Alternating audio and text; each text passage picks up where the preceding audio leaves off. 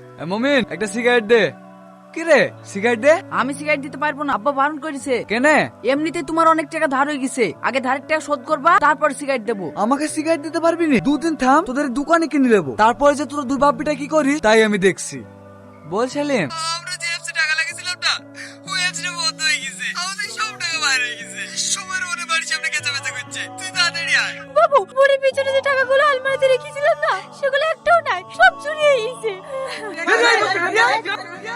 সেলিম, রোহন কোথায়? ও ভিতরে আছে, আমরা সবাই এত ডাকছি তাও বাইরে আসছে না। রোহন বাইরে বলছি, বাইরে আমাদের টাকা পতন্ন করা, বাইরে বলছি বাইরে। তোমাকে বারবার করে বারণ করলাম, তুমি যা করছো তাই করো, সাধারণ মানুষকে এসবের মধ্যে জড়াও না। তুমি এখন এতগুলো টাকা কোথায় পাবো বলো দিনে? কি করে সামলাবা সামলাও গা। বুড়ি ছাড়ো ওকে, এবার তো তোমার শান্তি হয়েছে, আরো হো কোটিপতি চবুড়ি। খুব মার আমাকে। কি করবো বল, আমি কি জানতাম এরকম হবে? আমি যদি জানতাম আজ বন্ধ হয়ে যাবে তাহলে আমি তো করতুক না। তোরা আমার কাছে এসে বলছি, আমি কোথায় যাব? আমার তো কোথাও যাওয়ার জায়গা নাই। দরকার হয় তোরা আমাকে কেটে ফেল, দয়া করে আমার পরিবারের উপর হামলা করিস।